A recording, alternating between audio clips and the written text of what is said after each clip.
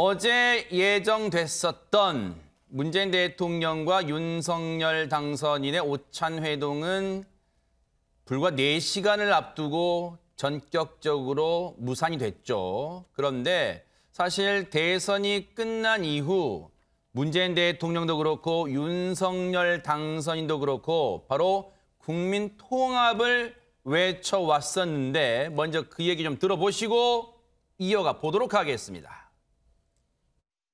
다음 정부에서 다시 여소야대의 국면을 맞게 되었지만 그 균형 속에서 통합과 협력의 정치를 해달라는 것이 국민의 요구이고 시대 정신이라고 생각합니다. 국민을 편가르지 말고 통합의 정치를 하라는 국민의 간절한 호소입니다. 문재인 대통령과 윤석열 대통령 당선인의 회동은 실무적 협의가 마무리되지 않아서 일정을 다시 잡기로 했습니다.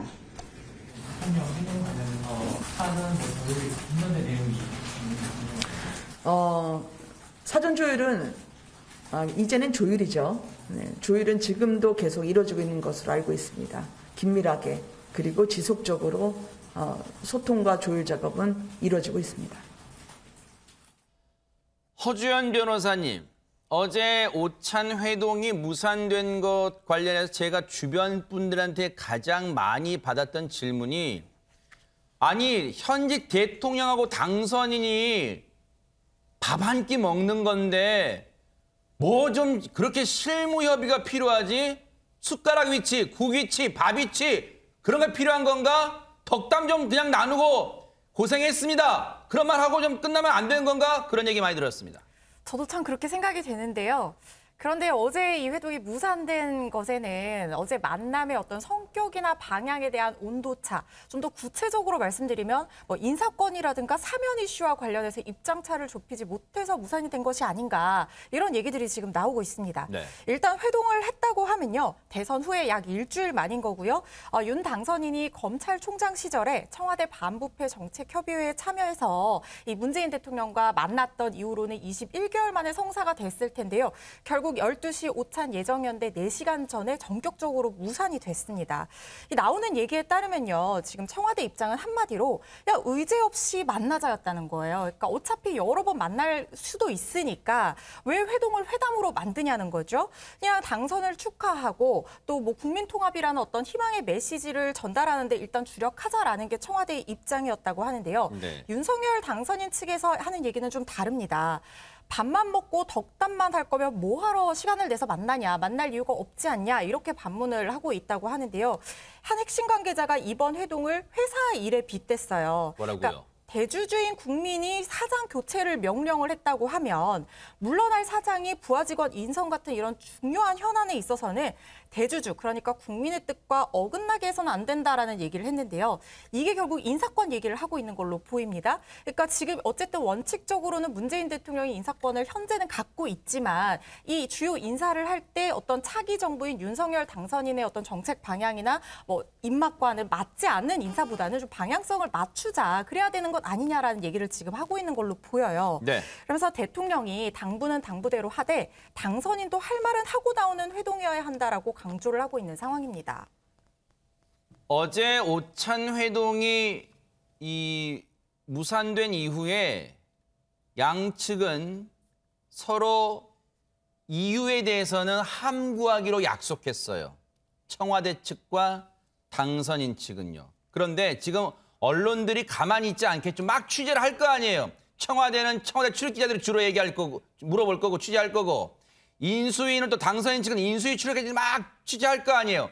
그런데 지금 취재된 내용을 종합해보면 지금 허주연 변호사님 말씀처럼 그냥 무슨 실무협의라는 게 자리 배치 그런 차원이 아니라 이것 좀 논의하자고 어떻게 당돌하게 얘기할 수 있냐. 이게 청와대 측의 입장인 것 같고 아니 그럼 그런 얘기도 못하고 덕담할 건 뭐하러 만나냐. 이게 지금 당선인 측 입장인 것 같아요. 어쨌든 최진봉 교수님.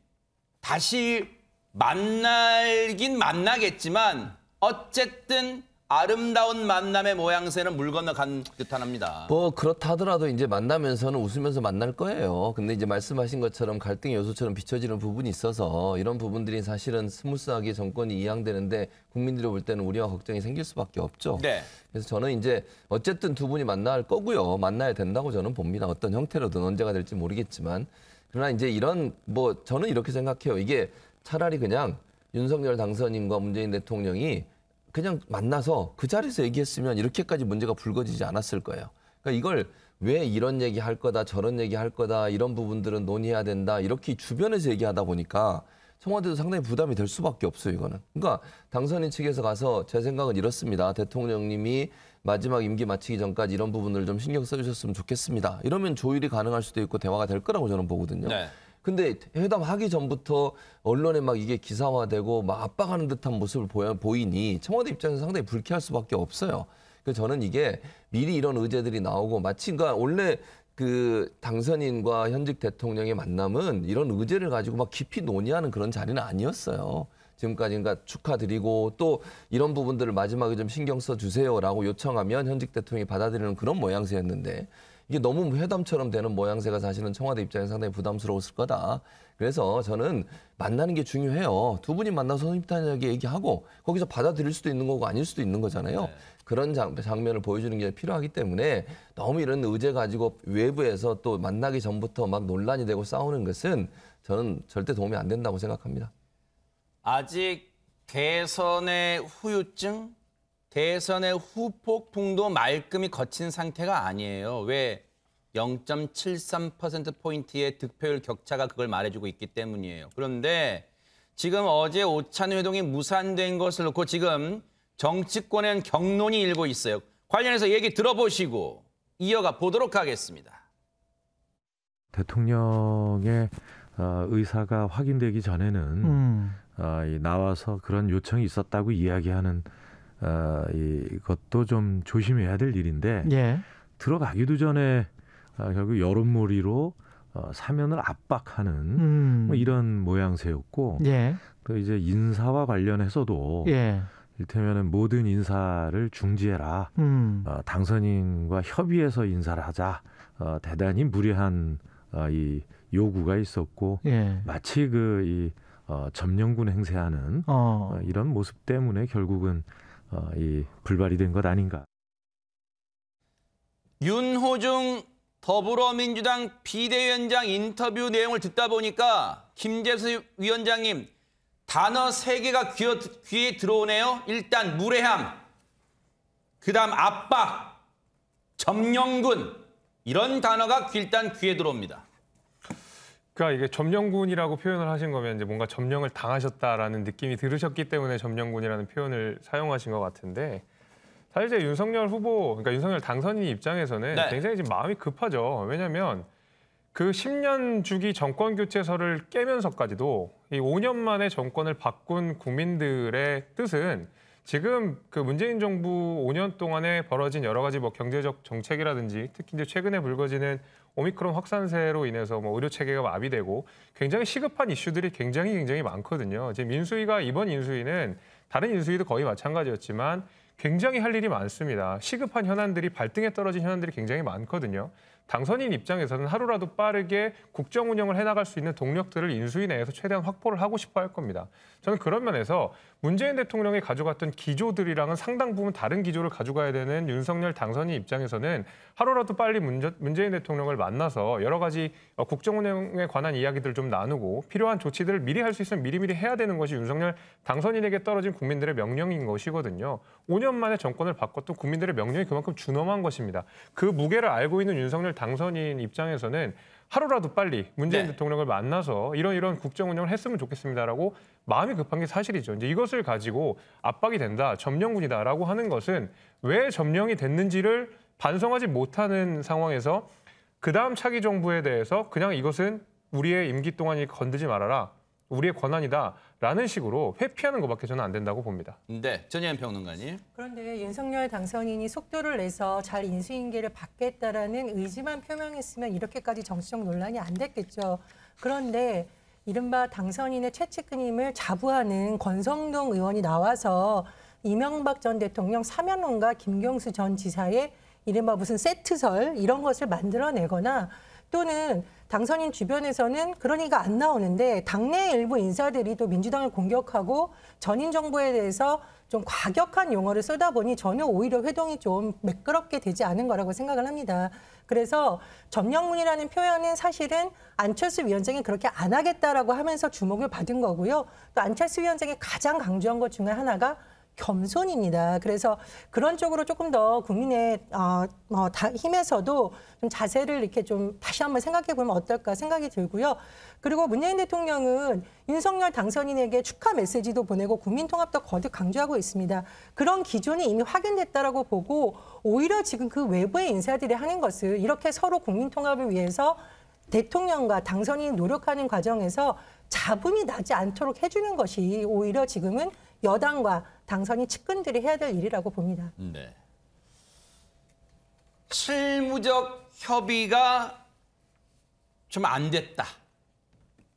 그 회동 무산 배경을 설명하면서 김은혜 당선인 대변인이 그랬어요. 그런데 실무적 협의의 내용의 핵심이 뭐냐고 관심 사안이었잖아요. 언론들이 막 취재를 해보니까 지금 이른바 알박기 인사, 지금 뭐 낙하산 인사, 이게 지금 가장 큰 충돌 지점이 아닐까라는 해석이 나온다면서요, 안진용 기자님. 네, 국민의힘 측에서는요, 이 정권 교체 직전에 청와대나 민주당 출신 인사들을 공공기관이나 공기업에 요직에 앉히면서 차기 정부에 부담을 주고 있다고 주장을 하고 있습니다. 이와 관련해서 김기현 원내대표는요, 네. 임기를 불과 한 달여 남겨놓은 문재인 정부가 낙하산, 알박기 인사를 계속하고 있다고 규정을 했고요.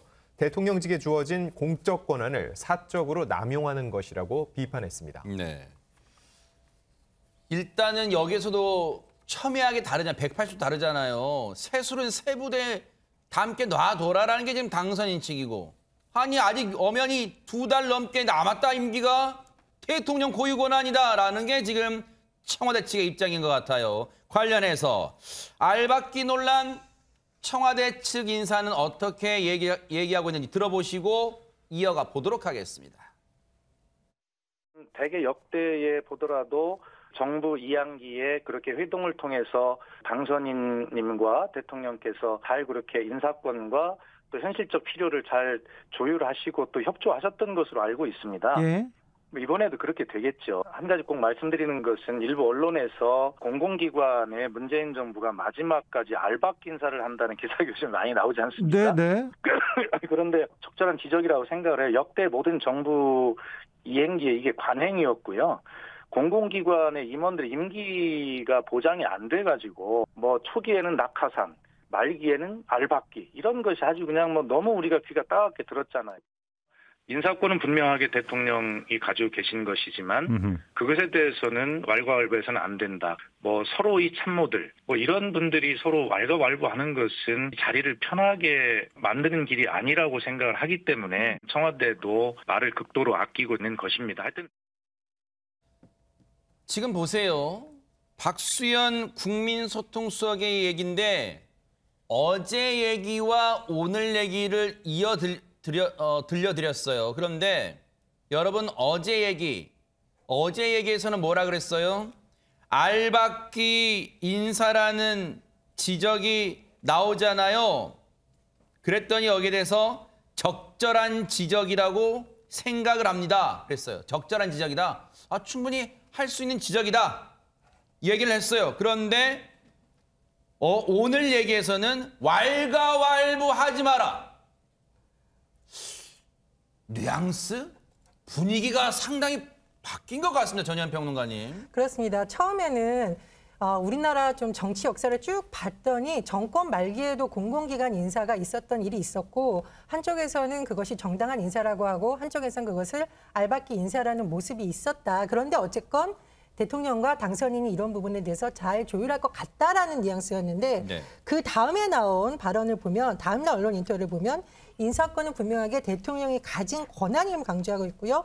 또 대통령에 대한 인사권에 대해서 왈가불가하는 것은 옳지 않다라고 했는데 제 생각에는 이렇습니다. 이 초기에는 뭐 좀 더 자유롭게 얘기를 했지만 지금은 마치 이게 무슨 전선이 그어진 것처럼 분위기가 됐잖아요. 그래서 박지원 수석으로서는 말을 조금 더 다듬어서 더 이상 이것을 논쟁을 해서 당선인과 대통령의 회동을 갖고 마치 부딪히는 이른바 권력 간의 충돌인 것처럼 좀 자제하자 이렇게 뉘앙스를 바꾼 것이 아닌가 싶습니다.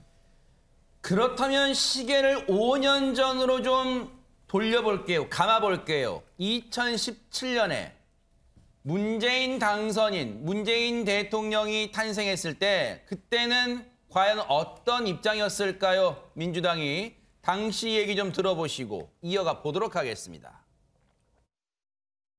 우리 당 정책위원회에서 수집한 자료에 의하면 황대행 대행 기간 동안 모두 100여 명이 넘는 기관장에 대한 임명권을 행사했고 곳곳에 알박기와 나눠먹기가 성행해서 모럴 해저가 심각해졌다라고 분석이 되고 있습니다. 황교안 직무대행은 이렇게 의도가 의심되는 권한 남용 즉각 중시하고 박근혜 정부 임기 말 황교안 권한대행 인사를 분명히 표현을 하고 있잖아요. 알박기, 나눠먹기가 성행하고 있다. 모럴 해저드 심각하다. 이런 얘기를 했어요. 그런 얘기를 했었는데 지금 민주당은 왈가왈부하지, 물론 청와대 입장이긴 합니다만 뭐 민주당도 궤를 같이 하겠죠. 왈가왈부하지 마라. 대통령 고위 권한이다.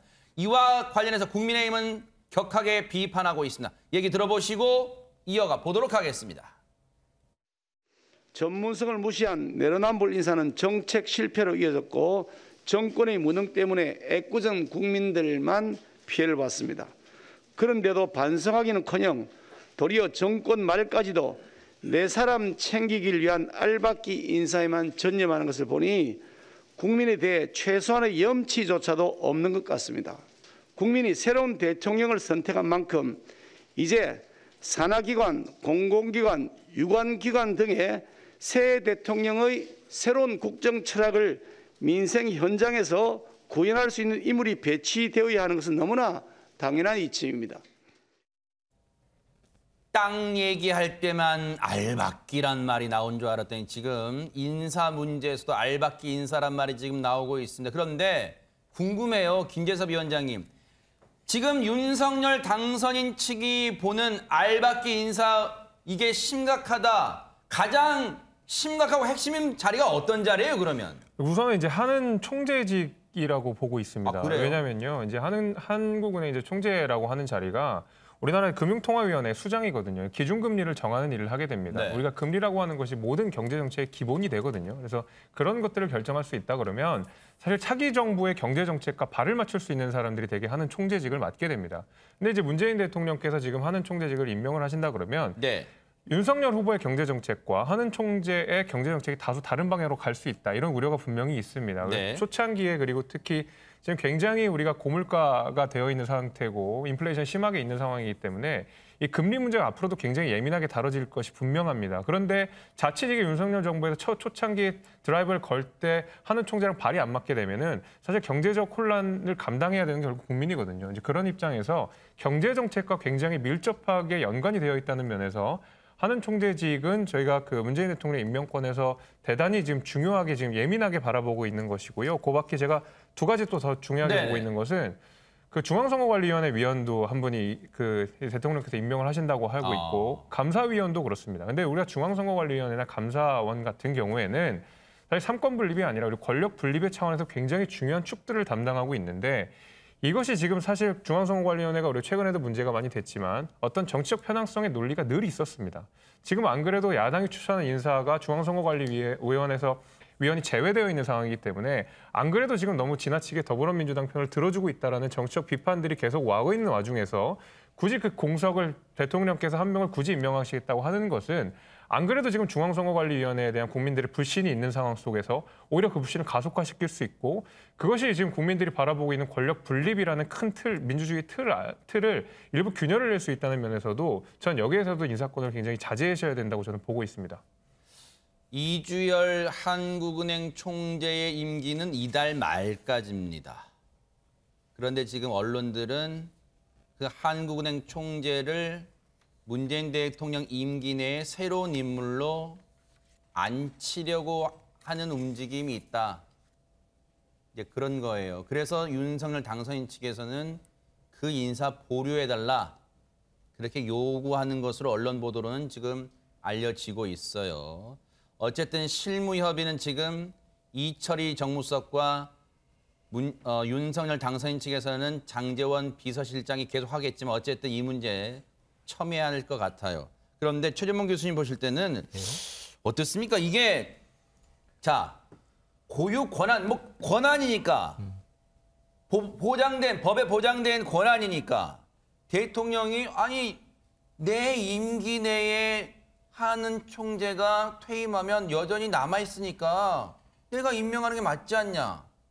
근데 윤석열 당선인 측에서는 이제 2달 정도밖에 안 남았는데 굳이 인사를 무리해서 해서 뭐 하려고 하느냐? 세수는 세 부대 다 함께 놔둬라. 이거 어떻게 봐야 됩니까? 그러니까 저는 이렇게 생각해요. 하는 총재는 말씀하신 것처럼 독립성이 가장 중요하고 경제 정책을 정말 경제 측면에서만 봐야 돼요. 정치적 입김이 들어가면 저는 안 된다고 봅니다. 그리고 지금 이주열 하는 총재는 1977년도에 한국은행 들어와서요. 2012년까지 부총재까지 했던 사람이에요. 그리고 한국은행 총재를 한 겁니다. 그 이주열 총재가 지금 하시면서 그럼 국민의힘이 이주열 총재에서 문제를 제기한 게 있나요? 제 듣기로는 없어요. 그러니까 제가 하고 싶은 말은 뭐냐면 어느 정부가 들어왔다고 예를 들면 그럼 윤석열 정부가 들어서면 윤석열 정부의 입맛에 맞는 사람이 하는 총재를 해야 됩니까? 그건 저는 아니라고 봅니다. 그야말로 전문가가 해야 돼요. 이 영역은요. 정치적 어떤 입김으로부터 자유로워야 돼요. 네. 근데 뭐 문재인 대통령이 만약 인사권을 행사할지 않을지 제가 모르겠습니다만 행사하신다고 한들 그러면 이런 전문성을 전혀 무시하고 정치인을 갖다 앉혀놓거나 아니면 본인의 정부에서 일했던 어떤 사람을 앉혀놓고 그러면 진짜 비판받아 마땅하죠. 근데 그게 아니고 누가 봐도 합리적으로 아 이분은 한국은행에서 오랫동안 일하셨고 전문성을 갖고 있으니까 통화정책, 경제정책 잘할 수 있는 분이라고 되면 저는 그건 경권에 관계없다고 봅니다. 그러니까 이런 상황에서 또 문재인 대통령이 만약에 임명한다고 하면 그런 고려를 안 하겠습니까? 만약에 무슨 정말 뜬금없이 아무런 관련도 없는 사람을 한국은행 총재에 앉혀가지고 그걸 어떻게 감당을 하겠어요? 그러니까 저는 지금 이제 윤석열 당선인 측에서 그렇게 얘기하시는 것도 잘못하면 국민들한테 오해를 불러일으킬 수 있어요. 그러면 통화정책, 경제정책을 뭐 정부가 원하는 대로 그럼 가겠다 이렇게 오해를 불러일으킬 수 있는 거잖아요. 저는 그야말로 한국은행 총재는 독립성, 객관성이 반드시 보장돼야 되고 네. 통화정책, 경제정책에 대한 전문성을 다 인정받을 수 있는 사람이 돼야 된다고 생각해요. 그래서 네. 이걸 가지고 뭐 싸우지 마시고 협의할 수는 있다고 봐요. 저는 윤석열 당선인이 가서 예를 들면 문재인 대통령께서 이런 분들은 어떻게 생각하냐 이래서 얘기할 수는 있지만 이걸 우리가 예를 들면 당선이 됐으니까 우리 쪽 사람이 해야 된다 이렇게 나가는 것도 안 되고 대통령도 고민 많이 하실 거라고 저는 보기 때문에 네. 이건 두 분이 만나서 해결하면 된다고 생각합니다.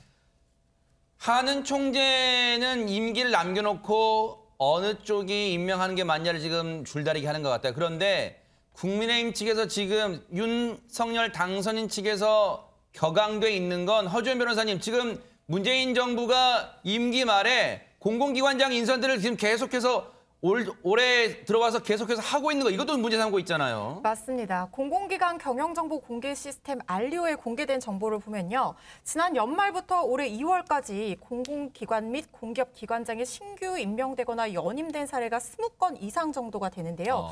근데 이 사람들 이제 이력이나 성향을 살펴보면 네. 공통적으로 보이는 점이 이제 친민주당 내지는 친문재인 정권의 어떤 성향들을 보이고 있어요. 기관장 임기가 보통 이제 3년이니까 새 정부는 지금 5년이잖아요. 그럼 신규 임용된 분들 같은 경우에는 거의 절반 이상 지금 윤석열 정부에서 같이 일을 하게 되는 그런 셈이 되는 거거든요. 그리고 근데 이제 그 주요 정책 노선에 뭔가 새로운 정부와 합이 맞지 않는 인선의 경우에는 뭔가 여소야대 정국에서 뭔가 국정 운영에 또 다른 어떤 난항의 요인이 되는 것이 아니냐 이런 얘기들이 나오고 있고 새 정부 입장에서 그런 부분이 이제 부담을 느끼고 있는 겁니다. 네. 대표적으로 지금 지난달 10일 취임한 김재남 한국원자력안전재단 신임 이사장 이분은 지금 문재인 정부에서요 대통령 시민사회 수석 비서관 지내신 분이거든요. 이분 대표적 탈원전 인사로 꼽히는 분인데 윤석열 당선인은 탈원전을 폐기하겠다는 공약을 내세웠던 사람이에요. 그래서 뭔가 합의받지 않는 것이 아니냐 이런 얘기가 나오고 있는 것이고 여기에 더해서 다음 달 임기가 끝나는 정재훈 한국수력원자력 사장 이분은요 문재인 정부에서 탈원전 정책을 같이 주도했던 분이고요. 그리고 또 문제가 뭐냐면 월성 원자력 발전기 1호기 이제 폐쇄 과정에서 경제성 평가 조작 의혹이 연루돼서 지금 재판 받고 있는 중이거든요. 네. 그 와중에 연임 시도가 논란인 그런 인물입니다. 여기에다가 이제 뭐 지난 4일에 임명된 이병호 한국농어촌공사 사장도 이 친민주당 인사로 꼽히는 그런 상황인데요. 네. 물론 이제 새 정부에서 능력 위주로 인사 등용을 하겠다라고 얘기를 한 상황이지만 잘 되면 좋은데 만약에 새 정부와 뭔가 매끄러운 합을 맞출 수 있을 것인가 이런 부분에 대해서는 어떤 의문이 이어지면서 낙하산 인사가 아니냐 이른바 뭐 알박기 인사가 아니냐 이런 얘기들이 나오고 있는 상황인 거죠. 물론 과거에도 이른바 신구 권력 간의 갈등, 충돌은 있어 왔겠죠. 없을 수는 없었을 겁니다. 그런데 이처럼 당일날 회동, 당일날 연기되고 취소되고 이런 적은 없었다는 게 지금 얘기들이 나오고 있어요. 과거 정권이 이양되는 단계에 그 당사자들은 어땠는지 회동 모습 좀 보시고 이어가 보도록 하겠습니다.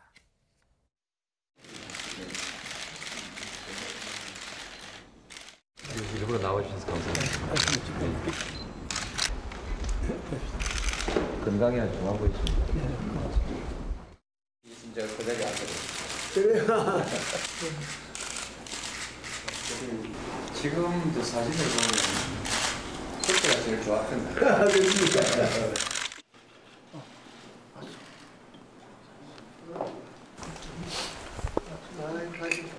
그 기초생활 수급자 또 쪽방 가장 또 먼저 찾아갔습니다. 대통령께서 좀 세심하게 네. 신경 많이 써주시면 감사하겠습니다. 내가 이제 마지막까지 그걸 다 챙길게. 네. 어쨌든 뭐 모두 발언 장면은 의례적으로 이제 언론에 공개를 하잖아요. 뭐 저 장면 보고 이제 뭐 화기애애 또 어쨌든 그런 말 주로 많이 나옵니다만 어쨌든 안진용 기자님 대체로 이제 정권을 물려주는 현직 대통령이나 이제 이어받을 당선인이나 저렇게 한 번 만나고 그냥 권력을 뭐 인수인계하는 거예요. 어땠습니까? 과거에 보면. 일단 인수인계 과정은 두 가지로 나눠볼 수 있을 것 같아요. 정권 그대로 재창출되는 거 혹은 정권이 교체되는 경우가 네. 있는데 직선제 개헌 후에 첫 정권 교체인 제15대 대선 그때 김영삼 대통령과 김대중 당선인은요. 대선 이틀 뒤에 처음 만났습니다. 그리고 이후에 무려 8번이나 만나면서 8번요? 네, 화요일 날 정례 회동을 가졌습니다. 다음은 2007년, 이번엔 정권 교체기입니다. 노무현 대통령과 이명박 당선인의 첫 만남이 있었는데요. 대선 아흘에 만이었습니다. 이후 두 사람은 두 차례 더 회동을 거쳐서 정권 인수인계를 마쳤고요. 다음 정권 재창출을 이룬 2002년 김대중 대통령과 노무현 당선인이죠. 그때 그리고 2012년 대선 이명박 박근혜 이 경우에는 아무래도 정권 재창출이기 때문에 정권 이양이 비교적 순탄했다는 평가를 받고 있고요. 5년 전 19대 대선에서는요. 박근혜 전 대통령이 탄핵이 됐기 때문에 문재인 당선인은 대선 이튿날인 2017년 5월 10일 바로 취임해서 별도의 이런 인수인계 절차는 없었습니다. 전혜연 평론가님, 과거 이른바 YSDJ, 김영삼 전 대통령과 김대중 전 대통령 당선인이 8번 만난 거는 당시 상황으로서는 좀 이해돼요. 8번 만난 건 이해돼요. 왜냐하면 IMF를 극복해야 되니까 아마 두 분이 머리를 맞대는 차원이었을 것 같아요. 그런데 지금 제일 관심은 이번에 문재인 대통령과 윤석열 당선인의 회동이 오찬회동이 일단 무산됐어요. 다시 만나긴 만나야 할 텐데 날짜 잡는 것도 만만치 않을 것 같습니다. 그렇습니다. 지금 아마 문 대통령 측에서는 이철희 청와대 정무수석 그리고 윤석열 대통령 당선인 측에서는 당선인 비서실장인 장지원 의원 쪽이 아마 물밑에서 계속 조율을 하고 있는 것으로 보입니다. 그런데 사실 지금 잘 설명해 주셨는데 빠르면 이틀 안에 만나서 뭐 8번씩 만나기도 하고 보통 뭐 9일 정도 그래서 열흘 안에는 보통 회동이 성사가 됐습니다.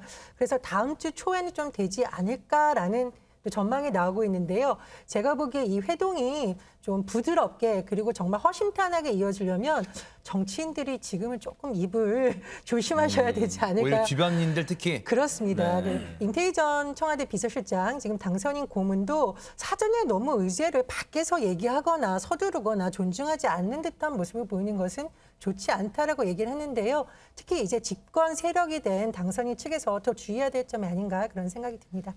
최진봉 교수님 불현듯 이런 생각이 좀 들어요. 시청자분들 중에 그런 생각 하실 수도 있어요. 뭐냐면 일단은 이번 대선 표심에 나타난 것처럼 문재인 대통령과 윤석열 당선이 빨리 만나서 하하하하 웃는 모습만 보여드린 것만 그 장면만 보여드려도 많은 국민들이 일단은 안도의 한숨을 내쉴 수는 있을 것 같아요. 그리고 나서 앞서의 사례도 있잖아요. 자주 만나고 특히 지금 윤석열 당선인이 외국 정상들과 통화하는 것처럼 아니 문재인 대통령 수시로 전화하면 되잖아요. 왜 그렇게 그런 걸 못합니까? 그러니까 제가 그 얘기예요. 결국은 사전에 여러 가지 의견들, 의제들을 가지고 이거 꼭 논의해야 된다 이런 조건을 달면 만나기가 점점 힘들어지는 거잖아요. 말씀하신 것처럼 허심탄회하게 만나서 얘기하고 뭐 의제에 관계없이 인사하고 그리고 의견 듣고 거기서 또 나는 이렇게 생각합니다. 아니면 우리가 또 추후에 그럼 논의해 봅시다. 또 아니면 말씀하신 것처럼 비공개로 우리가 좀 더 만나봅시다.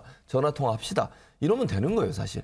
근데 지금 조율하는 것도 사실은 어떤 의제를 얘기할 거냐, 무슨 의제를 테이블에 올릴까 이런 거 얘기해버리면요. 그때부터 회담이 어려워지는 거예요. 시간도 얼마 없잖아요, 이제.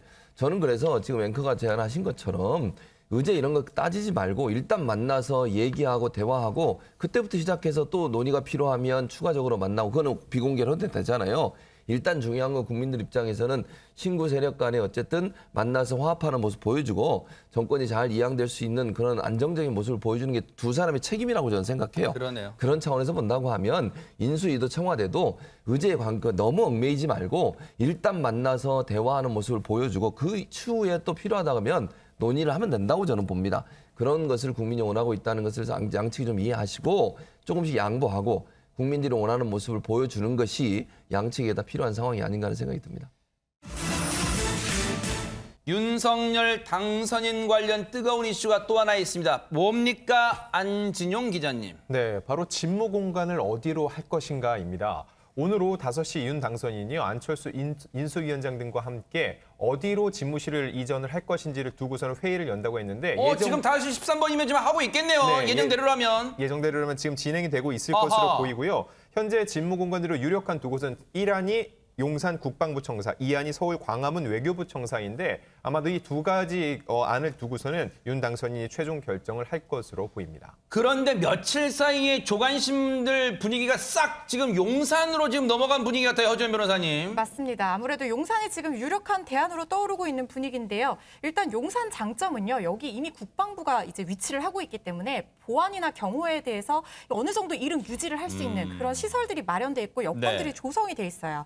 그래서 경호에 드는 어떤 비용 부담을 최소화할 수 있고 뭐 헬기장이나 지하 벙커도 이미 설치가 되어 있기 때문에 활용을 할 수가 있습니다. 여기에 더해서 영빈관을 대체할 수 있는 국방 컨벤션 센터도 바로 옆에 위치를 하고 있고요.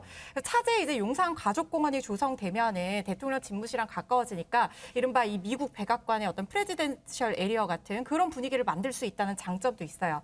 또 이제 윤 당선인 측에서 고민하고 있는 게 비용 문제인데 광화문 외교부 청사로 이전을 하게 되면 민간 건물을 새롭게 임대를 해서 외교부로 옮겨야 되거든요. 근데 용산에 이전을 하면은 그 비용을 줄일 수 있다는 장점이 있습니다. 근데 장점은요, 곧 단점이 됩니다.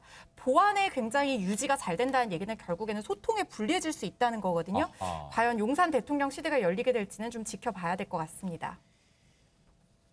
최진봉 교수님.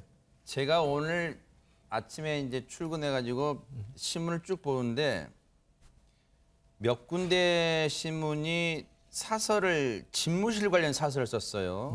한국일보, 서울신문, 한겨레. 한국일보와 한겨레는 결이 비슷해요. 뭐냐? 한국일보 사설 제목이 이거예요. 청와대 용산시대 서두를 일 아니다. 한겨레는 돌연 용산으로 바뀐 청와대 이전 졸속 결정 아니어야 된다. 이거고. 서울신문은 뭐냐? 조금 결은 달라요. 뭐냐? 용산 국방부 청사로 가면 그게 무슨 소통 그 의미 퇴색된다. 차라리 광화문 원래의 뜻을 유지해야 된다. 지금 이런 내용이에요. 그럼 이걸 종합해 보면 뭔가 지금 윤석열 당선인의 인수위가 5월 10일 임기에 맞춰서 뭔가 속도를 낸다? 딱 5월 10일 날 새 집무실로 출근하겠다? 거기에 너무 시간표에 맞추다 보니까 서두르고 그리고 소통하겠다는 의미 퇴색되고 이걸 많이 지적하는 것 같습니다. 그렇죠. 그러니까 국민들도 그걸 좀 우려하시는 것 같아요. 그러니까 소통이라고 하는 것이 광화문 시대를 열겠다고 하는 것은 윤석열 당선인의 말을 그대로 빌어서의 말씀을 들어보면 국민들과 소통하겠다는 거잖아요. 그러니까 자주 만나고 자주 국민들과 이렇게 접촉하고 이러기 위해서 광화문 시대를 열겠다고 하신 거예요. 네. 근데 국방부로 가면 그게 저는 비슷할 거라고 생각해요. 무슨 말이냐면 국방부 건물이라고 하는 군사시설이고 저긴 보안이 중요한 곳 아니겠습니까? 그래서 일반인들의 접근이 상당히 제한될 수밖에 없어요. 저희가 그냥 일반인들이 아무나 들어가고 이럴 수 있는 공간 아니잖아요. 또 그리고 문제는 이제 그 군사시설 안에 있기 때문에 저 안에는 사실은 경호도 상당히 논란이 될 수 있다고 저는 봐요. 왜냐하면 물론 이제 국방부를 완전히 이전하면 모를까. 합참이나 국방부가 저 시설 안에 있으면 군사시설은 실탄과 무기를 가지고 있습니다.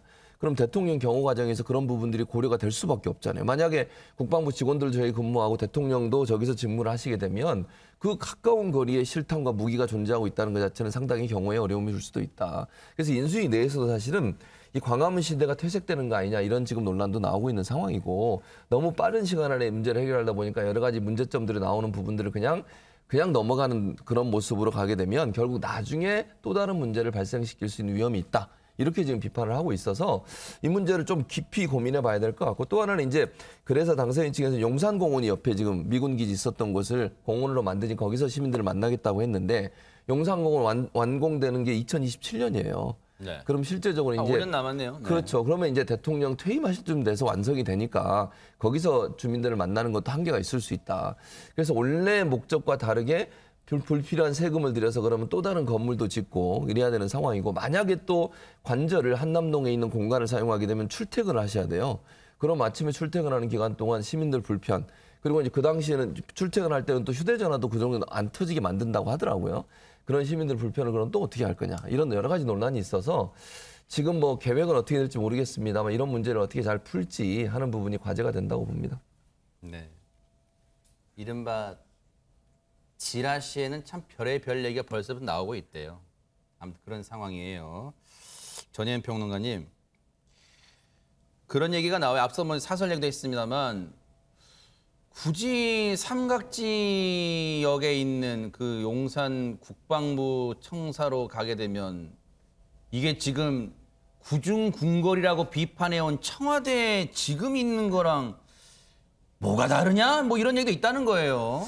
그렇죠. 일각에서 언론 표현을 보니까 군복 입은 이미지만 오히려 강화될 것이다라는 우려의 목소리가 인수위 내부에서 나온다는 것이 바로 이런 지점입니다. 아마 당선인의 의중은 시민들과 소탈하게 대화하고 청와대의 권위는 내려놓겠다라는 건데 그런데 그 말에 따르자면 과연 용산 국방부 청사로 가는 것이 맞냐라는 의문이 자꾸 제기되는 거고요. 두 번째는 교수님도 잘 말씀해 주셨는데 한남동 관저에서 그럼 출퇴근할 때마다 이거는 경호상의 이유로 교통통제가 있을 수밖에 없어요. 그러면 제가 보니까 오늘 이제 저도 여러 가지 대화방이 있는데 용산 주변에 사는 분들이 교통 어떻게 되냐 이거 벌써 관심사고 또 저도 예전에 뭐 대통령 당선인이나 청와대 주요 관련해서 취재를 하다 보면 휴대전화가 잠깐 안 되는 경우가 있습니다. 그게 이제 대테러 이런 보안상의 문제로 전파를 차단하는 건데 기자들이라고 이해한다고 치더라도 이런 불편이 만약 발생했을 경우에 시민 속으로 가겠다라는 취지와 달리 시민들의 불편이 커질 수도 있다. 그래서 이런 점을 좀 고려하자는 것 같고요.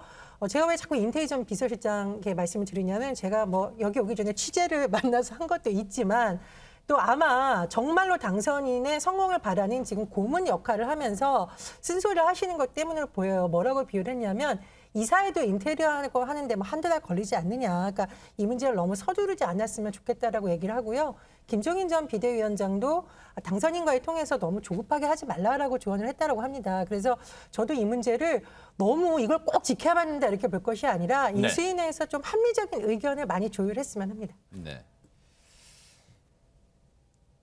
김재섭 위원장님 얘기는 요 얘기 좀 들어보고 할게요. 집무실 이전에 대해서 현재 청와대 인사들이 어떻게 생각하는지 들어보시고 우리 김재섭 위원장님 얘기 좀 들어보도록 하겠습니다. 듣고 오겠습니다. 소통은 장소나 지리적 문제가 아니라 결과적으로 다양한 그 계기에 다양한 어떤 그 도구들, 과정들을 통해서 국민께 얼마나 진심으로 말씀드리느냐가, 그리고 국민의 또 반응을 얼마나 잘 귀 기울여 듣느냐 하는 것이 아마 소통의 본질이 아닐까 싶습니다. 저희가 광화문 시대로의 이전을 한 1년 가까이 준비를 했었거든요. 두 가지 이유 때문에 저희가 포기를 했는데요. 첫 번째가 과도한 비용이 발생하는 거예요. 두 번째가 국민 불편의 문제였습니다. 국방부 내에는 고도의 전략 자산들이 있습니다. 그리고 국방부하고 인접해서는 주한미군 시설이라든지 방송에서는 말씀드리기 곤란한 그런 시설들이 있습니다. 그런 것을 다 이전하려면 수천억 정도에 가까운 예산이 들 겁니다. 김재섭 위원장님, 지금 청와대나 민주당 인사들의 이 광화문 집무실 관련 이 입장이나 발언들이 대선 직후부터 날이 쭉 흐를수록 조금씩 바뀌어요. 처음에는 뭐 소통을 위한 거라면 공감한다. 그런데 이제 그 분위기가 광화문 말고 뭐 다른 데 얘기 나오니까 지금의 얘기 들어보신 것처럼 민주당은 왜 굳이 옮기려느냐. 지금 박수현 수석도 얘기하잖아요. 소통은 장소나 지리적 문제가 아니다. 왜 굳이 옮기려고 하느냐. 그리고 윤건영 의원도 우리 다 검토해봤다. 근데 국민 불편 크다. 과도한 비용도 발생한다. 이런 얘기를 하고 있습니다. 저는 개인적으로 이걸 천천히 가야 된다라는 데서는 동의를 하지만은 이 장소의 변화가 주는 어떤 문화적 변화의 압력, 그다음에 관행을 변화시키는 압력이 있다고 생각합니다. 그러니까 예를 들면은 이 스타트업들이 강남으로 가는 이유가 있습니다. 지금 전부 다 온라인으로 회의하고 온라인으로 근무하는데 왜 굳이 강남을 고집하느냐, 땅값도 비싼 강남을 고집하느냐, 거기서 발생하는 직접 이익이라든지 아니면 부수적 효과들이 분명히 있는 것이거든요. 그럼에도 불구하고 거기에 가는 이유는 지금 박수현 수석이 말씀하셨지만 소통 얼마든지 할 수 있죠. 전화도 되고 인터넷도 되고 얼마든지 열려 있습니다. 다만 그 청와대가 가지는 폐쇄성, 그 폐쇄성에 기인하는 문화적 그 어떤 폐쇄성 이런 것들이 분명히 있는 것이거든요. 장소를 한번 환기하면서 장소를 변화하면서 분명히 청와대 내 관행들을 바꿀 수 있다는 저는 희망이 있습니다. 그런 면에 있어서는 분명히 우리가 좀 속도를 천천히 가져가면서도 청와대 이전을 해야 된다고 생각을 하지만 저는 반대할 이유는 분명히 많습니다. 앞서서 말씀 주신 대로 뭐 교통, 뭐 통신, 뭐 여러 가지 이제 안 될 이유들은 사실 많지만 이것은 사실 어떤 실무적인 문제라고 저는 생각이 되고 결국 정치적 결단의 문제라고 남습니다. 예를 들면 노무현 전 대통령께서 세종시로 우리가 수도를 이전하려고 했을 때도 당시 저희 한나라당에서도 엄청나게 반대했습니다. 심지어 헌법재판소에서도 우리가 관습헌법이라는 사실 듣도 보도 못한 법리가 나와가지고 당시에도 세간의 논란이 됐을 만큼 거의 전국에 있는 모든 사람들이 다 반대하는 그런 분위기 속에서도 노무현 전 대통령께서 결단을 하신 거거든요. 지역균형 발전을 하겠다는 본인의 정치적 어떤 비전이 있었고 거기에 대해서 정치적 관철을 시키신 거거든요. 저는 그런 의미에서 사실 윤석열 당선자가 국민과의 소통 여기를 천명하셨습니다. 그리고 용산을 그 부지 중에 하나로 선정을 하신 겁니다. 그러면 이제 정치적 결단이 남는 것이고 그 실무적인 문제들, 그 부차적인 문제들은 앞으로 우리가 해나가야 되는 문제인 것이지 결국 이거 정치적 결단을 가지고 안 될 이유들 계속 찾기 시작하면 어차피 안 될 이유가 훨씬 더 많습니다. 저는 여기서는 결국 윤석열의 집무실을 만드는 것이 아니라 앞으로 있을 20년, 30년 뒤에 대통령의 집무실을 만든다는 생각으로 조금 더 천천히 그리고 국민 소통을 위한 최적화된 장소들을 물색할 것이라고 믿습니다. 대통령 당선인 집무실 이전 이 논란이 여야의 정치인들의 공방으로까지 번졌습니다. 얘기 들어보시고 이어가 보도록 하겠습니다. 근데 통상적으로 저도 청와대에서 잠시 근무를 해봤지만 청와대에서 있는 분들은 이게 그 청와대라는 특징이 워낙에 권력이 집중되어 있고 또 근무 환경이라든가 청와대 자체의 분위기가 이 그 권력을 잡으면 천년만년 그냥 이 자리에 있을 것 같은 분위기가 돼요. 청와대 이전해야 된다. 너무 구중궁궐이다.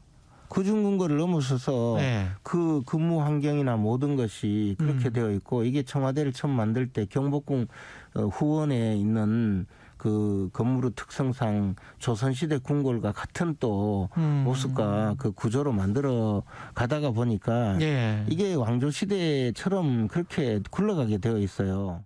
청와대가 거기는 이제 위기관리센터가 있어가지고 그 테러 상황, 자연재해, 국가 안보 상황 이런 것들을 관리할 수 있는 시스템 구축에 엄청나게 많은 돈을 썼는데요. 당연히 그렇겠죠. 그리고 또 유사시에 되는 거 아니에요, 지금? 예, 물류와 통신 마비에 대비해가지고 별도의 통신단을 두고 있고 이렇게 어떤 그 대통령이 뛰어서 5분 거리 안에 가면은 이 국가의 유사시에 혼란이나 위기 상황을 대비할 수 있도록 다 돼 있는데 이게 또 무용지물이 되는 거예요.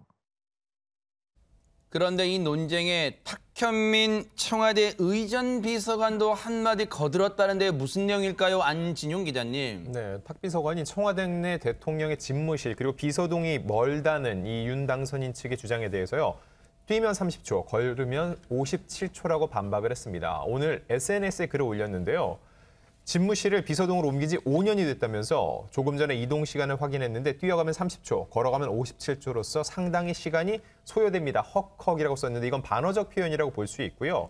박수현 국민소통수석은요. 대통령이 찾으면 1분 안에 대통령을 볼 수 있다. 집무실과 비서동이 멀리 떨어져 있어서 효율을 높이기 위해 이전한다는 건 전혀 맞지 않는다고 주장했습니다. 양측의 얘기를 듣다가 보니까요. 최진봉 교수님. 쓸데없는 걱정일 수도 있겠습니다. 불현듯 이런 걱정이 들어요. 뭐냐면 각자 자기 측의 주장이 맞다, 합리적이다라는 걸 근거로 드는 과정에서 자칫 청와대 기밀 사안일 수도 있는 내용들이 좀 나오고 보세요. 비서동에서 비서동이 집무실까지 뛰어가면 30초, 걸어가면 50초. 이게 등급은 있을 수 있겠습니다. 이것도 기밀 사안이 아니에요? 저는 잘 모르지만 무지합니다만 보안상일 수 있잖아요. 그다음에 아까 정의당 전 정의당 김종대 의원도 청와대 안에 유사시 대비할 수 있는 시설 다 있다. 별도의 뭐 통신단도 두고 있다. 이거 청와대 얘기하다가 하지 말아야 될 얘기하는 거 아닌가? 또 이것도 좀 걱정됩니다. 네, 뭐 더 들어가면 문제가 되죠. 지금 말씀하신 것처럼. 근데 이제 이 말이 나온 배경은 뭐냐면 일부 언론들이 지금 현재 청와대 문재인 대통령은 노무현 대통령 때도 그랬어요. 여민 일관으로 집무실을 옮겼어요. 그러니까 본관에 집무실이 있는데 그 본관을 쓰지 않고 비서동이라는 여민 일관으로 집무실을 옮겨서 제일 위층에 대통령 집무실이 있고요. 그 밑에 층이 비서실장이고 그리고 밑에 층에 이제 비서들이 일하고 있기 때문에 계단으로 1, 2층 올라가는데 그 정도 시간이 걸린다. 그 얘기를 지금 해명을 한 거예요. 왜냐하면 일부 언론들이 500m 떨어져 있다. 그러니까 대통령한테 보고하러 가는데 10분 걸리고 20분 걸린다. 또 자전거 타고 간다. 이런 얘기까지 있었거든요. 이제 거기에 대한 이제 해명을 하면서 그 얘기가 나온 것 같고요. 김종대 전 의원의 말은 이런 거죠. 그러니까 지금 현재 만약 국방부로 옮기게는 국방부도 물론 벙커가 있습니다. 지하 벙커가. 근데 국방부의 지하 벙커는 대체적으로 어떤 기능을 하냐면 군사시설과 군 부대와의 연결 그리고 만약에 작전을 수행했을 때 군 부대와의 밀접한 연관관계에 대해서 통제하는 컨트롤 타워 역할을 할 수 있지만 청와대의 지하 벙커는 경찰, 군, 그다음에 뭐 국정원 또는 일반 소방관서 이런 모든 지방자치단체와 다 통화가 될 수 있게 만들어 놓은 그런 이제 시스템이라는 거죠. 그러니까 시스템적인 차이가 있기 때문에 국방부의 벙커를 대신 사용해도 된다고 하는 이제 말에 대한 어떤 그 반박이라고 보여져요. 그러니까 저는 이제 일단 이렇게 생각합니다. 청와대가 구중궁궐이라고 하는 부분은 거기서 일하는 사람의 자세라고 저는 생각해요. 물론 지금의 청와대가 일반 시민들이 접근이 어려운 부분이 분명히 있는데 그러면 반대로 얘기하면 국방부로 옮긴다 하더라도 지금보다 그럼 일반 시민들이 국방부의 청 내에 쉽게 들어가거나 이럴 수 있는 건 아니잖아요. 어차피 자세예요. 대통령도 그렇고 뭐 비서진도 그렇고 얼마나 더 적극적으로 시민들을 만나려는 마음이 중요한 거고 기회를 만드는 게 중요한 거지.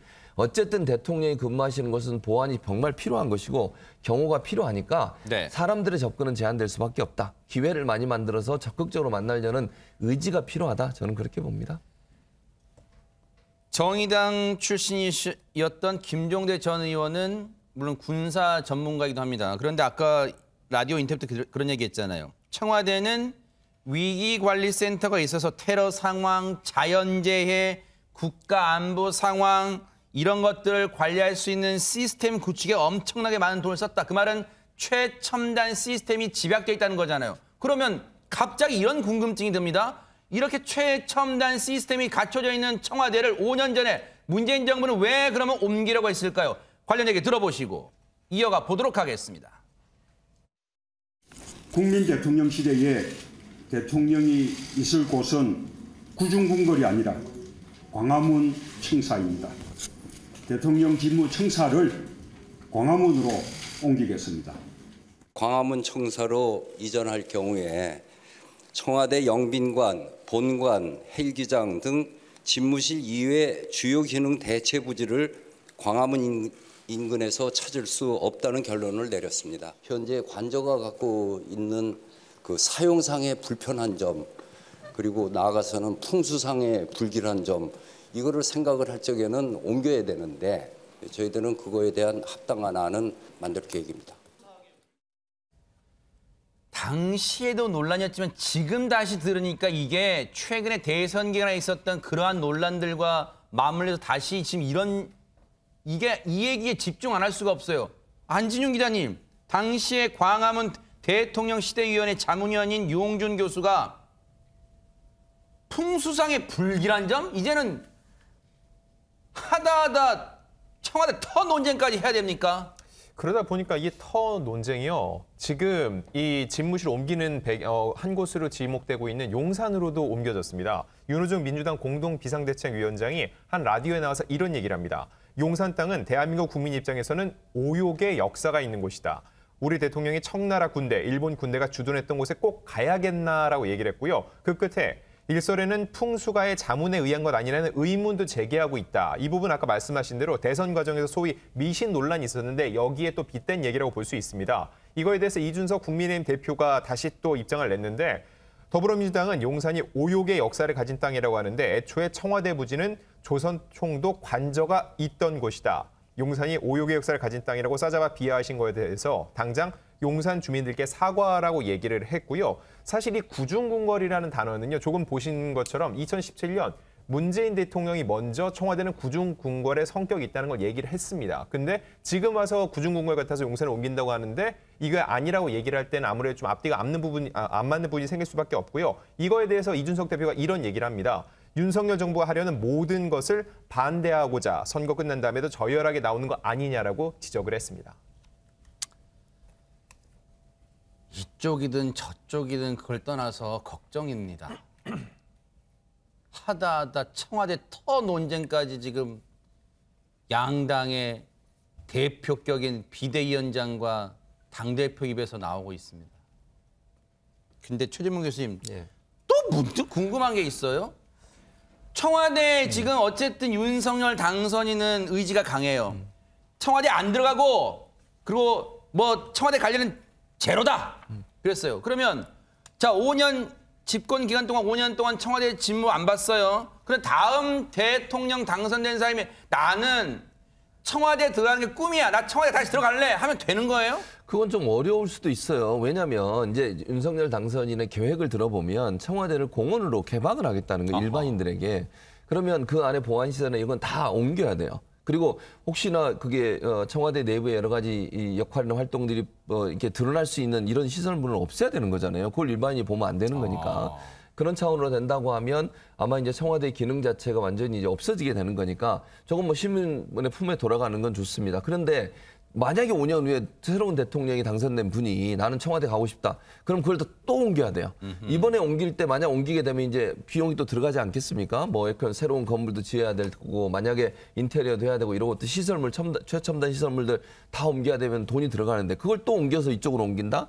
제가 볼 땐 그건 좀 어려울 것 같아요. 그래서 만약에 이제 윤석열 당선인의 공약대로 본인이 다른 곳에 집무실을 하고 청와대를 국민에게 돌려드린다면 저 청와대를 다음번 대통령이 다시 사용하기에는 국민적으로 비판이 있을 거고 또 이미 국민에게 돌려드린 장소를 다시 대통령이 쓰겠다? 그것도 사실은 상당히 여론의 역풍을 맞을 수 있어서 쉽지 않을 거로 보여집니다.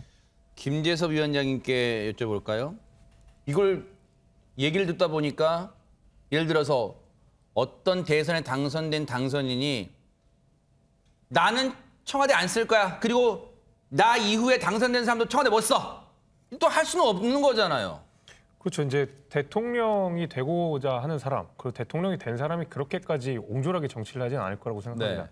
특히 이제 청와대를 옮긴다는 것이 이게 갑작스러운 일이 아니지 않습니까? 사실 문재인 대통령 때부터 우리가 광화문 대통령 시대를 이야기했고 마찬가지로 이번에 윤석열 당선인 역시도 후보 과정 내내 광화문 대통령 시대를 말씀하셨습니다. 국민들 입장에서는 넉넉하게 대통령이 되면은 이번에는 광화문으로 오겠구나. 대신 어쨌든 청와대에선 나오겠구나라는 생각을 충분히 가질 수 있었다는 것이죠. 근데 갑자기 5년 뒤에 다른 대통령이 나와서 다짜고짜 이제 다시 청와대로 가겠습니다 하면은 사실 국민들이 거기에 대해서 납득하기 굉장히 어려울 거라는 생각이 있어요. 지금 광화문에서 그러니까 청와대에서 나온다는 것은 꽤 오랫동안 우리가 사회적으로 어느 정도 숙성할 시간들이 있었기 때문에 가능한 것이거든요.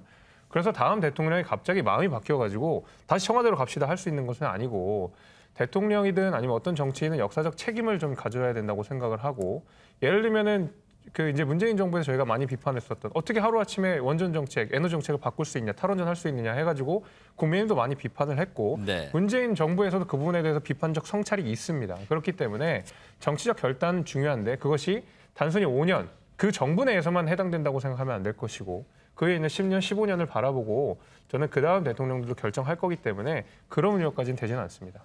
이 대목에서 궁금한 게 있어요, 허주연 변호사님.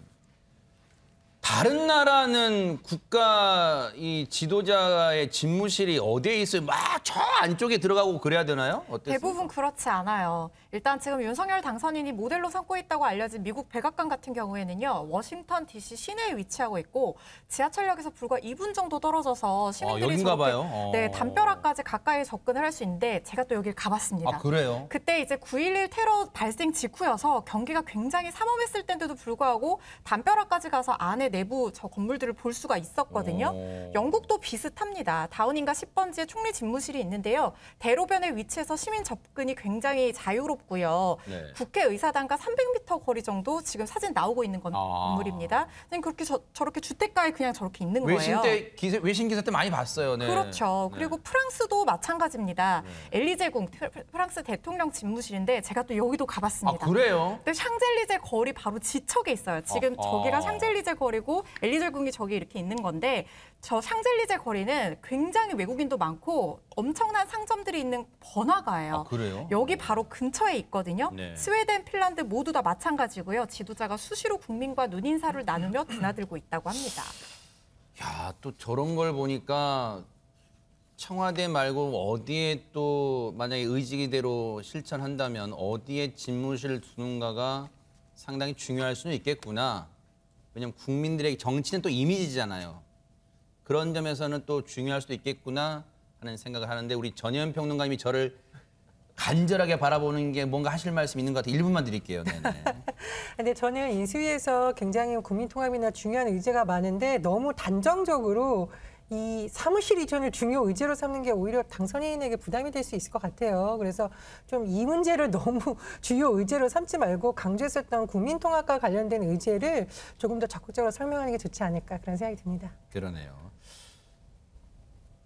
뭐든지 100%란 단어가 부메랑이 될 수 있어요. 청와대로 출근하는 일은 100% 없을 것이다. 이게 가능성이 제로다고 했던 거 있잖아요. 그게 어떻게 부담이 되지 않을까 일단 한번 지켜보도록 하겠습니다. 대선 이후에 오랜만에 등장한 이름이 있습니다. 전혜연 평론가님, 이재명 전 대선 후보, 이제는 뭐 민주당 상임 고문이죠. 이재명 상임 고문 얘기가 들려왔어요. 어떤 얘기입니까?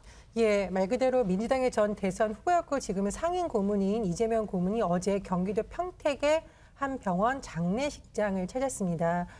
민주당이 대선에서 패한 이후에 지금 지방선거에 출마하려는 한 당원이 낙선과 관련한 인사를 대로변에서 하고 있다가 좀 불의의 사고로 차량에 치여 숨졌다고 해요. 아이고. 그래서 그 숨진 당원의 빈소를 찾아 조문을 했다라고 하는데요. 네. 사실 대선 패배 후에 이재명 고문은 외부 활동을 거의 하지 않았기 때문에 이번 행보가 사실상 공개된 외부 장소에 나온 것으로 볼 수 있고요. 네. 이 자리에는 뭐 안민석, 김영진 의원이라던가 김용 전 경기도 대변인이 미리 도착해 있어서 악수를 하긴 했지만 거의 말은 하지 않았다고 합니다. 유가족들에게 조문을 했고요. 다만 이제 취재진이 여러 가지 질문을 했지만 이 고문이 눈물을 보이면서 가슴 아픈 일이다, 미안합니다 라는 추모의 뜻만 밝혔다고 합니다. 진짜로 얼마나 가슴 아플 거예요. 이재명 상임 고문, 이재명 전 후보 입장에서는 정말 상심이 컸을 것 같습니다. 그런데 이런 가운데서도 허주현 변호사님, 이재명 상임고문이 뭔가 민주당 소속 의원들에게 일일이 어떤 뜻을 밝혔다면서요? 맞습니다. 이재명 상임고문 지난 15일부터 16일 이틀 동안 전화를 무려 200통 가까이 돌렸습니다. 172명 민주당 의원 전원에게 전화를 해서 내가 많이 부족했다, 지지해줘서 고맙다라는 인사를 전했다고 합니다. 일단 일부 의원들에게는요, 뭐 자기가 이제 대선 때 추진했던 어떤 정치적인 개혁안 이런 것들을 좀 강력하게 추진해달라 이렇게 당부하기도 하고, 또 원내대표 출마를 타진하는 의원들에게는 격려를 하는 그런 모습을 보이기도 했다고 하는데요. 대다수 의원들도 굉장히 이제 석패를 같이 경험했잖아요. 그래서 고생 많으셨다라는 덕담을 나눴다고 하는데, 이게 단순 감사 인사인지 아니면은 이재명 상임고문이 다음 행보를 염두에 둔 뭔가 움직임인지에 대해서 해석이 좀 분분한 상황입니다. 전화기 너머로 들려오는 이재명 고문의 목소리는 좀 어땠다고 하던가요? 통화하신 분들의 말을 전해 들어보면 뭐 그렇게 어둡다고는 얘기 안 해요. 그러니까 그러니까 가라앉고 미안한 마음을 표현하긴 했지만 그렇게 어둡게, 그러니까 뭐 예를 들면 우리가 생각하는 것처럼 그런 건 아니었다고 얘기가 나오고 있는 상황이고요. 그리고 이제 뭐 원외 지역 위원장들한테도 전화를 했거든요, 80명한테. 근데 그분들 중에 한 분이 인터뷰한 내용을 보니까 조기 등판이라고 하는 부분에 있어서 뭐 비대위원장을 맡을 것 같지는 않고 지방선거에서 뭐 지원 유세 같은 건 할 수 있을 것 같다는 이제 본인의 생각이죠, 이것도. 그리고 나서 아마 당권에 도전하지 않을까 조심스럽게 그런 예측을 하는 얘기도 있었습니다. 대선 이후에 이제 반성과 쇄신에 주력하는 민주당 비대위. 그런데 지금 이런 발언이 나와서 발칵 뒤집혔다고 하는데요. 안진용 기자님, 어떤 내용입니까? 네, 민주당 내부를 향해 쓴소리를 했는데 그 주인공은 바로 최입의 비상대책위원이었습니다. 어제 한 일간지와 인터뷰를 했는데 여기서 이런 질문을 받습니다. 외부 출신 인사로서 대선 패배의 원인을 뭐라고 생각하나, 이거에 대한 답변을 내놨는데 그 내용이 굉장히 수위가 센 편입니다. 5년 내내 내로남불, 편가르기, 독선, 독주 등 나쁜 정치를 하며 국민의 마음을 잃었다면서 이 반성이 필요하다고 촉구를 했고요. 그거에 이어서 청와대의 반성은 민주당이 6월 지방선거 등에서 민심을 되찾는 데도 중요하지만 이 다음에 이제 문재인 대통령을 언급을 합니다. 대통령 본인에게 도움이 될 거라고 본다. 문재인 대통령이 적어도 퇴임사엔 반성문을 남기고 떠났으면 한다고 했고요. 편가르기와 정책 실패 등을 인정하고 반성해야 국민이 제대로 평가를 해줄 것이라고 쓴소리를 했습니다. 최입의 더불어민주당 비대위원, 저 발언이 지금 평지풍파를 일으키고 있다는 거예요. 그런데 최입의 비대위원 어디서 많이 본 듯한데 그러신 분들 많으실 거예요. 관련 영상 보시고 이어가 보도록 하겠습니다. 경찰 불러. 조금만 기다려봐, 조금만. 저희 다 감옥 갈고 그렇게 있어요. 이미 다 끝났다니까. 민경관님 열어주시기로 했잖아요. 내가 어제 그랬어? 가만히 있었지. 내가 어제 그랬어? 경찰 가만히 있었어. 정치적 문제 끼기 싫어해. 문을 어떻게 열어주세요? 경찰 들어올 거야. 조금만 기다려봐. 저를 방에서 못 나가게 막고 계실 뿐입니다. 다른 조치를 취해야 될 것 같습니다. 지금 저는 여기 창문을 뜯어서라도 나갈 수 있도록 지금 경찰과 소방에게 요청을 하려고 합니다. 뒤에 쫓으라고 누구? 계단 안 되라고! 공로진 국회의장 우리 정치사에 참 부끄러움을 남았던 모습이기도 해요. 어쨌든 당시에 최입의 의원의 저 장면이 다음 날 조간신문 제목에 사상 최초의 창문 인터뷰라는 제목으로 실리기도 했어요. 당시에 어떤 상황이었는지 좀 전혜연 평론가님이 설명 좀 해주세요. 지난 2019년 돌아보면 당시 패스트트랙 정국이라고 해서요. 여러 가지 예를 들면 뭐 선거제 개혁안 그리고 검경수사권 조정, 공수처 관련한 법안을 놓고 여야가 굉장히 대치하는 국면이었습니다. 그런데 최입의 의원이 당시에 바른미래당 소속이었는데요. 국회 사법개혁특위였던 바른미래당 오신환 의원에서 최입의 의원으로 이른바 사보임이라고 하죠. 위원이 바뀌었습니다. 아하. 그래서 당시에 이 상황을 굉장히 예민하게 지켜보고 있었던 자유한국당 의원 한 10명 정도가 뭐 항의 겸 혹은 최이배 의원이 사무실에서 나와서 이런 활동을 하는 것을 막기 위해서 의원실에 갔었는데 문제는 보통 그래도 막 실랭이를 하다가 나오잖아요. 근데 당시 영상을 보면 일부 의원은 소파를 가져다가 문을 이렇게 하기도 하고 또 약간 팔다리를 이렇게 잡아서 누르는 듯한 모습, 또 최이배 의원이 일부 의원들의 약간 무릎을 끄는 듯한 모습까지 보이면서 나가게 해달라고 했는데 못 나가게 해서 이게 결국 감금 사건으로 불리게 됐습니다. 아하. 어떻게 해서 나오게 됐냐면요. 최이배 의원이 창문 틈 사이로 여기에 감금돼 있다라고 했고 112에 신고를 했어요. 네. 그래서 결국 나왔는데 말씀해 주셨듯이 이게 외신에까지 보도가 되는데 썩 그렇게 우리 국격을 높이는 데 도움이 되는 뉴스는 아니었고요. 그리고 최이배 의원이 이후에 지난해 12월 이재명 당시 대선 후보 캠프에 합류하면서 이번에 또 비대위 활동으로까지 이어지게 됐습니다. 네. 바로 그 최이배 전 의원, 이번에 비대위원이 됐어요. 최이배 비대위원이 이렇게 쓴소리 정도가 아니에요. 아주 내부 일가를, 쓴소리 일가를 했어요. 근데 지금 발칵 뒤집혔을 것 같아요, 민주당이. 그렇죠. 특히 이제 청와대에서 근무했던, 그러니까 문재인 대통령과 함께 근무했던 출신들의 국회의원들, 윤건영 의원, 고민정 의원 같은 분들 14명이 공동 성명을 냈는데요. 깊은 유감, 진심 어린 사과를 요구한다. 그렇게 얘기를 하고 있고요. 네. 선거에 필요할 때는 너도나도 대통령을 찾더니 당이 어려워지면서 대통령에게 반성문을 쓰라고 벼랑 끝으로 모는 것이 최이배 의원이 생각하는 좋은 정치인지 모르겠다라고 비판을 했습니다. 아마 이제 대통령에게 다른 것보다 대통령이 반성문을 쓰라 하는 말에 격양이 된 것 같고요. 그 문제를 집중적으로 지금 공격을 하고 있는 상황입니다. 그런데 어제 광주에서 열린 민주당 비대위 회의에서도 한 발언이 논란이 되고 있어요. 한번 들어보시고 이어가 보도록 하겠습니다. 탄핵과 촛불로 탄생한 문재인 정부가 초기 국민들의 압도적인 지지를 받았지만 인사 실패, 내로남불, 불공정으로 국민들의 마음을 잃은 것을 반성하고 사과드립니다. 그 가장 큰 계기가 조국 사태였다고 생각합니다. 민주당이 공정의 가치를 잃어버린 뼈아픈 과정이자 국민들을 실망시키고 분열하게 만든 내로남불이었습니다. 지금이라도 저는 민주당의 지도부의 일원으로서 반성하고 사과를 드립니다. 앞으로 내로남불하지 않는 민주당이 되겠습니다. 야, 이 발언도 파장이 컸을 것 같은데요, 전현 평론가님. 예, 일단 노무현재단 이사인 황희도 이사가 기승전 조국 탓하는 정치인들 도대체 얼마나 깨끗한 삶을 살았는지 궁금하다고 SNS에 반발성 글을 올렸고요. 그리고 최이배 지금 비대위원이 이런 말도 했거든요.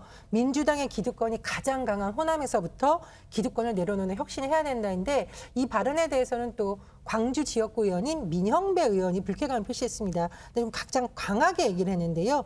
뭐라고 했냐면 광주 현장 비대위에서 나온 최이배 망언을 참기 어렵다.